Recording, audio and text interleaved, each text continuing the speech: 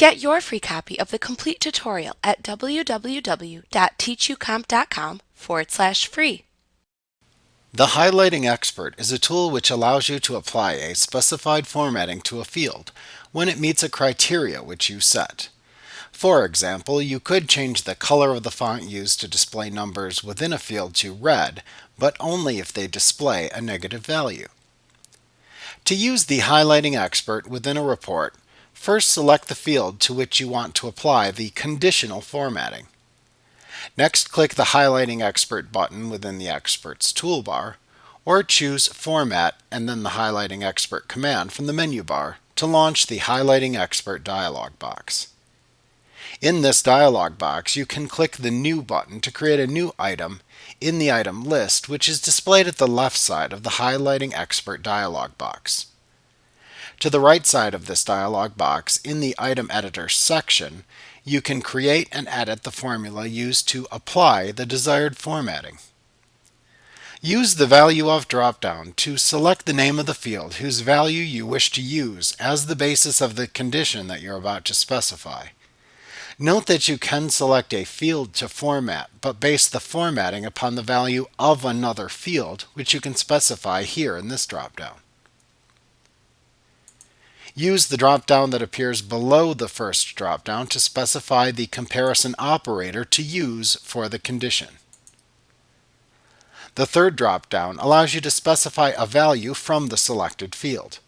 You can also type a value directly into the field itself if needed. Notice that as you make or enter your choices from the drop-down menus available, that the condition displays itself within the item list at the left side of the dialog box. Next, you need to choose the formatting to apply to the selected field when the criteria which you have specified is met. You can use the Font Style drop-down to choose a selected font style for the display to use. The Font Color drop-down allows you to select from a basic set of color choices. Note that you can choose the Custom Color choice in the drop-down menu to launch the Color dialog box, where you can select or set your own custom color choice.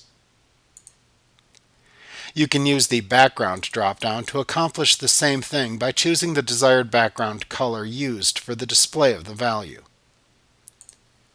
You can use the Border drop-down to select the type of border to apply to the selected values when they meet the condition that you specify from the Border drop-down.